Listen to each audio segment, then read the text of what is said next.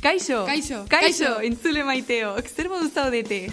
Ongi etorriak hau podcastera, hezkidetza eta askatasuna uhinetan zabaltzeko podcasta.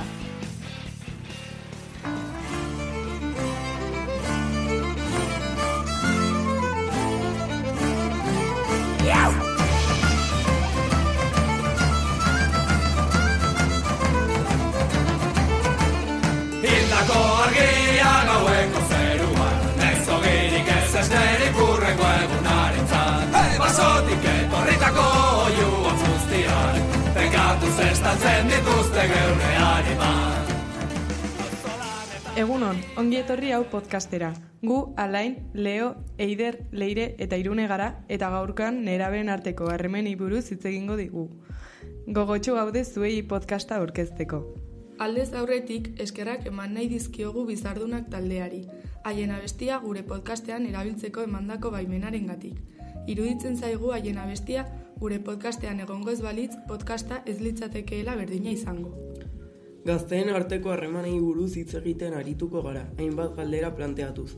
Gustatuko litzaiguke podcast honen bitartez gure entzuleek gai honi buruz haien ezagutza edatzea.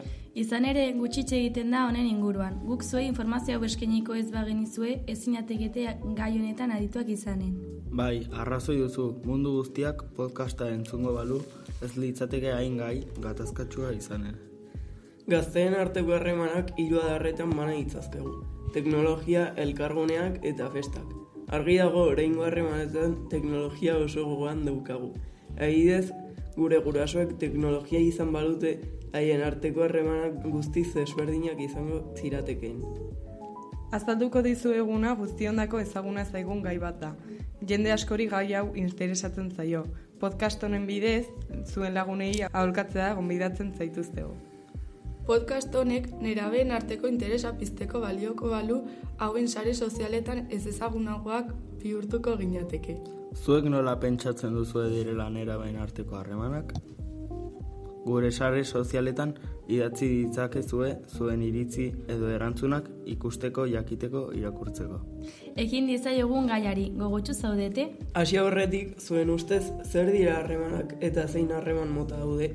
Bizirauteko harremanak behar ditugu, eta harreman mota ezberdinek erakusten digu maitasuna sentitzeko forma ezberdinak erakusten dizkigute. Hainbat harreman mota daude, hala nola lagun artekoa, bikote artekoa, lankide artekoa eta familia artekoa.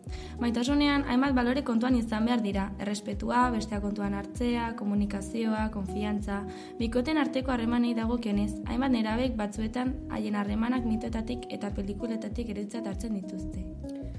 Akizu zer den Amor Disneya?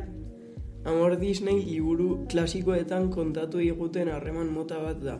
Normalean, printzesa talde arraro eta desatsegin batean dagoen printzesa ederra. Printzipe urdin batengatik salbatua izaten da.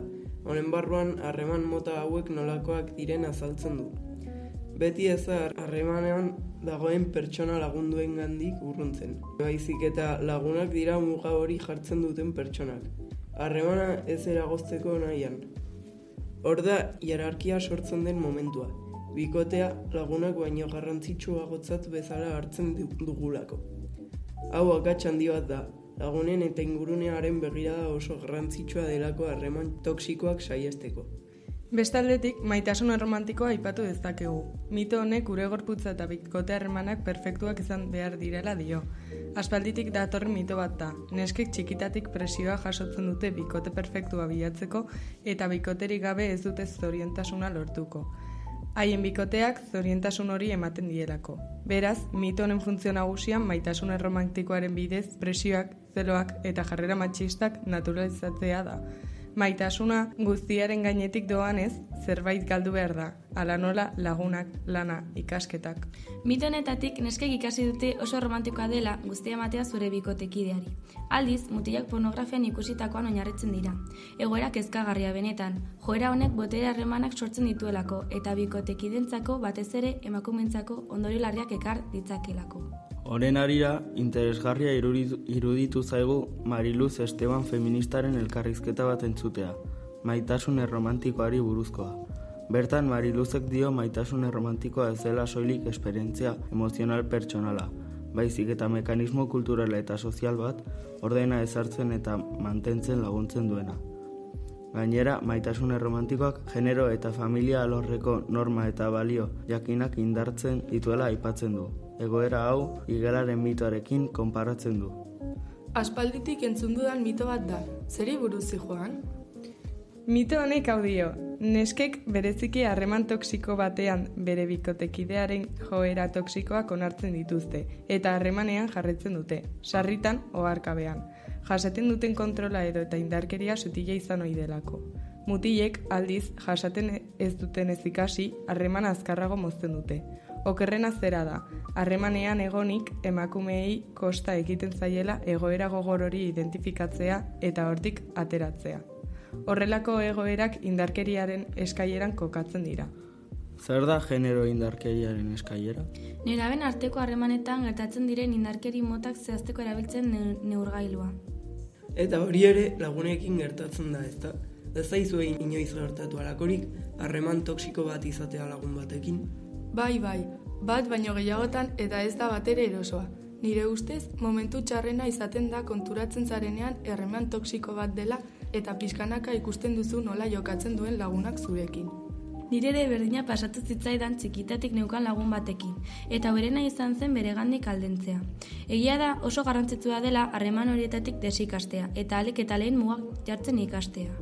Bat nator zurekin, gainera, mugak jartzen ausartzen zaren lehenengo aldian, gero eta errazago irudituko zaizu harreman toxikoak identifikatzea eta mugak jartzea. Nire ustez, nerabeen arteko harremanak mugikorren erabilerarekin lotu alditzakegu. Gainera, harremanetako lehenengo adarra teknologia da. Honi buruz gehiago jakin alizateko, sakelako telefonotik aldentzen deituriko albiste bat irakurri dugu. Honetan, Nafarroan mugikorri gabeko nerabezaroa elkartea sortu dutela aipatzen da, haurren eta pantaien arteko harremana kontrolatu alizateko. Elkarte honek bi helburu nagusi ditu. Lehenik eta behin haurren eta pantaien arteko harremana ahalik eta beranduen sustatzea. Bigarrenik, nabarmendu daiteke internetaren erabilera mugatzea sustatzen duela elkarteak. Haurrak kaltegarriak diren webgunetan sartu ez daitezen. Honetarako legeen bidez neurri desberdinak sustatzen saiatzen dira. Bai, hala adierazi zuen Jose Luis Asensiok, elkarteko kide batek, mugikorrak oso baliagarriak izan daitezkela, heldu zen haurrentzako. Baina horrentzat desegokiak izan daitezken edukiak aurkitzea errazegia dela. Hala ere, adin horrekin, nerabeak euren kabuz ateratzen hasten direnez, gurasoek mugikorra ematen diete non eta nola dauden kontrolatzeko. Elkarte honek egiten duen lana oso ona iruditzen zaigu. Teknologia arriskutsua izan daitekeen entretenimendua delako, eta honen gaineko kontrola izatea beharrezkoa iruditzen zaigulako. Honekin lotuta dagoen gai bat, sarean aurkitu dezakegun matxismoa izan daiteke. Sare sozialetan ere emakumeen aurkako indarkeriak gertatzen baitira.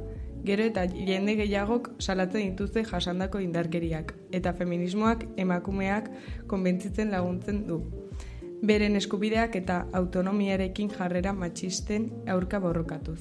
Gizonen portaera horren aurrean, emakumeak segurtasunik eta askatasunik gabe sentitzen dira.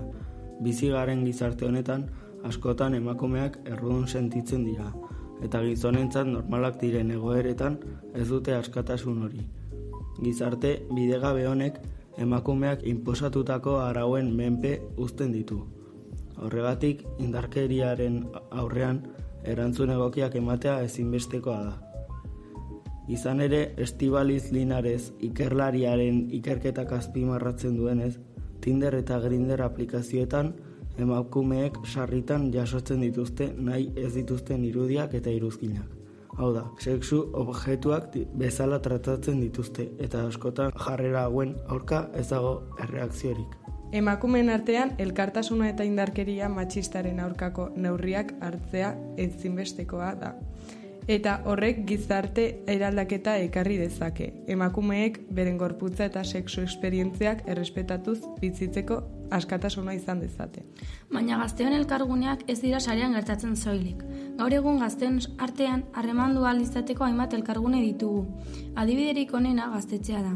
Gaztetxeak gazteen arteko harremana gehien sustatzen duen elkargunea da. Leku aproposa delako zure kuadriarekin joateko eta beste kuadria batekin elkar ezagutzeko.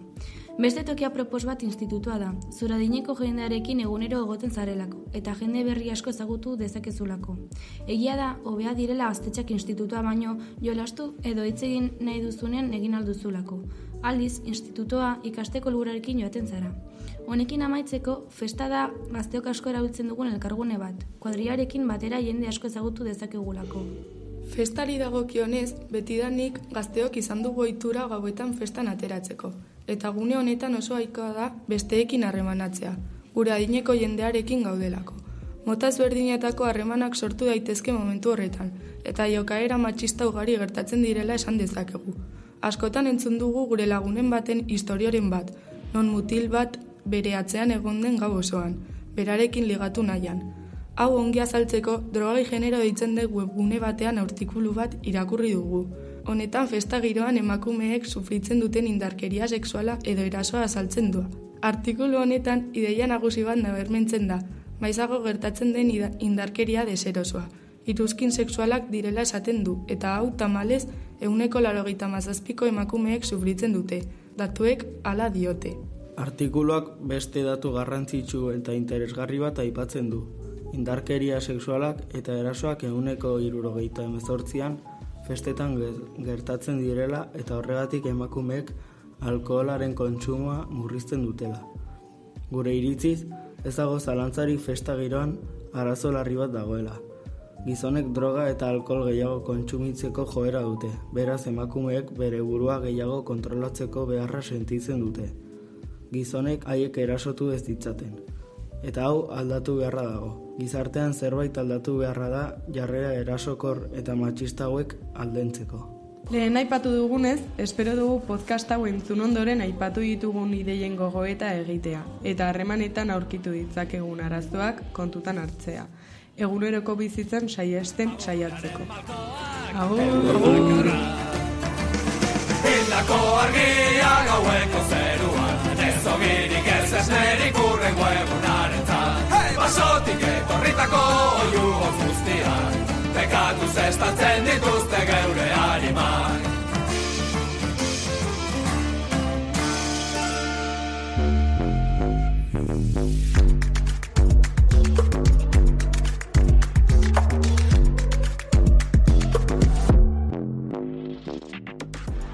Hau izan da guztia eta hurrengora arte.